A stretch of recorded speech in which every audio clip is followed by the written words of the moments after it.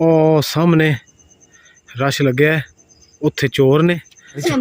ਤੂੰ ਕੁਲਾੜੀ ਚੁੱਕ ਕੇ ਲਿਆ, ਤੂੰ ਕੁਲਾੜੀ ਤੇ ਚੁੱਕ ਕੇ ਲਿਆ ਉੱਲੂ, ਜਲਦੀ ਜਾ। ਰਾਤ ਦਾ ਟਾਈਮ ਹੈ, ਸਾਡੇ ਇਲਾਕੇ ਦੇ ਵਿੱਚ ਇੱਥੇ ਮਹੱਲੇ ਚੋਰ ਆ ਗਏ ਗਲੀ 'ਚ ਪਿੱਛੇ, ਤੇ ਮੈਂ ਕੁਲਾੜੀ ਕਿੱਥੇ ਆ? ਹੋਰ ਫੜਾ और आंदा भी पर कोंडे फड़ा कोड़ी फड़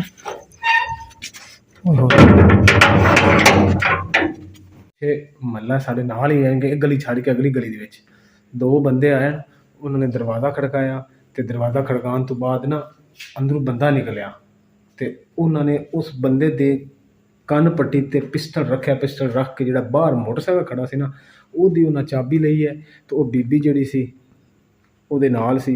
ਉਹ ਜਿਹੜਾ ਅੰਦਰੋਂ ਬੰਦਾ ਆਇਆ ਘਰ ਦੇ ਵਿੱਚ, ਉਹਦੇ ਕੰਨਾਂ 'ਚ ਵਾਲੀਆਂ, ਯਾਨੀ ਕਿ ਸਹੀ ਗੱਲ ਦਾ ਸਾਨੂੰ ਨਹੀਂ ਪਤਾ, ਲੇਕਿਨ ਇਹ ਸਾਨੂੰ ਕਨਫਰਮ ਹੈ ਕਿ ਉਹਦੀ ਵਾਲੀਆਂ ਛਿੱਕ ਲੈ ਗਏ ਕੰਨਾਂ 'ਚੋਂ, ਤੇ ਮੋਟਰਸਾਈਕਲ ਲੈ ਗਏ। ਤੇ ਇਹ ਨਾਲ ਹੀ ਅੱਗੇ, ਯਾਨੀ ਤੁਹਾਨੂੰ ਦਿਖਾਇਆ ਥੋੜ੍ਹਾ ਜਿਹਾ ਅੱਗੇ ਕਰਕੇ ਮੋਬਾਈਲ, ਤੁਹਾਨੂੰ ਥੋੜ੍ਹਾ ਦੂਰ ਨਜ਼ਰ ਆ ਰਿਹਾ ਸੀ। ਰਾਤ ਦਾ ਟਾਈਮ ਹੈ, ਲੇਕਿਨ ਹੈ ਕਰੀਬ ਹੀ ਕੋਈ 2 ਮਿੰਟ ਪੈਦਲ ਬੰਦਾ ਚੱਲੇ ਨਾ ਤਾਂ ਉਸ ਮਕਾਨ ਦੇ ਕੋਲ ਪਹੁੰਚ ਜਾਂਦਾ। ਅਤੇ ਮਕਾਨ ਸਾਡਾ ਵੀ ਜਿਹੜਾ ਹੈਗਾ ਕਿਵੇਂ ਮਸੇ ਜਿਹਾ ਹੈਗਾ, ਉੱਥੋਂ ਤੁਹਾਨੂੰ ਦਿਖਾਉਣਾ ਹੋਗਾ। ਸਾਡੇ ਹਾਲਾਤ ਵੀ ਮਕਾਨ ਦੇ ਦਰਵਾਜ਼ੇ ਦੇ ਬੜੇ ਖ਼ਰਾਬ ਨੇ, ਇੱਥੋਂ ਵੀ ਬੰਦਾ ਆਸਾਨੀ ਨਾਲ ਆ ਸਕਦਾ। ਵੇਖ ਰਹੇ ਹੋ ਇਹ ਸਾਡੀ ਆ ਕਿਲੀਆਂ ਜੀ ਲੱਗੀਆਂ, ਇੱਥੋਂ ਇੰਨਾ ਫਾਸਲਾ ਹੈਗਾ ਜਿੱਥੋਂ ਬੰਦਾ ਆਸਾਨੀ ਨਾਲ ਆ ਸਕਦਾ ਹੈ। ਇੱਧਰੋਂ ਵੀ ਹੈਗਾ, ਇੱਧਰੋਂ ਵੀ ਹੈਗਾ। ਦੂਰ ਹੁੰਦੇ ਨਾ, ਉਹ ਅੱਲਾ ਮਾफ़ ਕਰੇ ਕਿਸੇ ਦੇ ਘਰ 'ਚ ਨਾ ਵੜਨ। ਯਾਰ ਮੈਂ ਤਾਂ ਇੰਨਾ ਸਹਿਮਿਆ ਖਲੋਤਾ ਨਾ, ਮੇਰੇ ਕੋਲ ਤਾਂ ਯਕੀਨ ਕਰ ਜੋ ਗੱਲ ਹੀ ਨਹੀਂ ਹੋ ਰਹੀ। ਹਾਲਾਤ ਜਿਹੜੇ ਨਾ ਬੜੇ ਖ਼ਰਾਬ ਹੈ, ਯਕੀਨ ਕਰ ਜੋ। ਅੱਜ ਰਾਤ ਲੱਗਦਾ ਸਾਡੀ ਡਰ ਦੇ ਵਿੱਚ ਨਾ ਬੜੀ ਮੁਸ਼ਕਿਲ ਲੰਘੂ, ਬੜੀ ਪਰੇਸ਼ਾਨ ਬੈਠਾ। ਸਾਨੂੰ ਤਾਂ ਨੀਂਦ ਕੀ ਹੋਇਆ, ਤੈਨੂੰ ਕੀ ਹੋਇਆ? ਇੱਕ ਪਹਿਲੇ ਡਰ ਲੱਗਦਾ ਪਿਆ, ਤੂੰ ਚੀਕਾਂ ਮਾਰੇ, ਹੋਇਆ ਕੀ ਆ? ਕੀੜੇ ਨੇ ਦੰਦੀ ਵਰਤੀ, ਕੀੜੇ ਨੇ ਚੱਕ ਮਾਰਿਆ ਕਿ ਸੱਪ ਨੇ ਚੱਕ ਮਾਰਿਆ ਕਿ ਬਿੱਲਿਆ ਵਜ੍ਹਾ ਪਰੇਸ਼ਾਨ ਕਰ ਰਹੀ।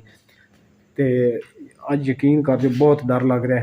ਬਹਰਹਾਲ ਐਤਲ ਕੁਰਸੀ ਘਰ ਦੇ ਲਾਮਾ ਤੇ ਜਾਂ ਦਰਵਾਜ਼ੇ ਤੇ ਪੜ੍ਹ ਕੇ ਫੂੰਕੀ ਕਰੋ, ਅੱਲਾਹ ਤਾਲਾ ਬਚਾਏ ਹਰ ਪਰੇਸ਼ਾਨੀ ਤੋਂ, ਹਰ ਮਾਮਲਾਤ ਤੋਂ।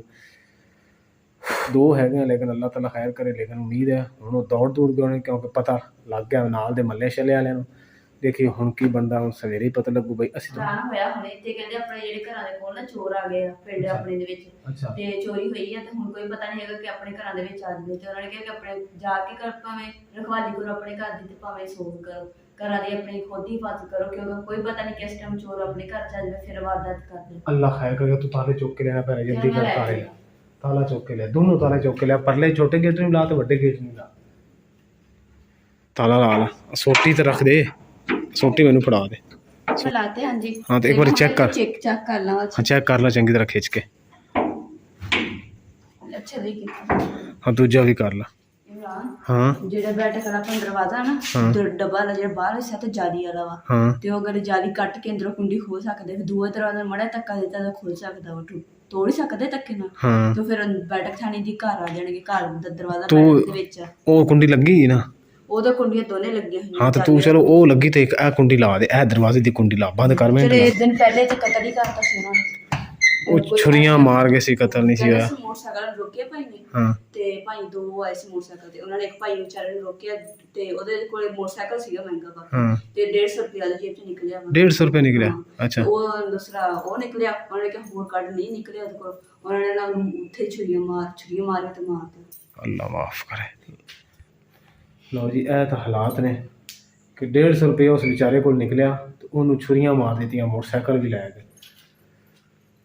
ਅੱਲਾ ਮਾਫ ਕਰੇ। ਮੁਲਕ ਦੇ ਹਾਲਾਤ ਬੜੇ ਖ਼ਰਾਬ ਹੋ ਗਏ, ਖਾਸ ਕਰ ਸਾਡੇ ਪਾਕਿਸਤਾਨ ਦੇ।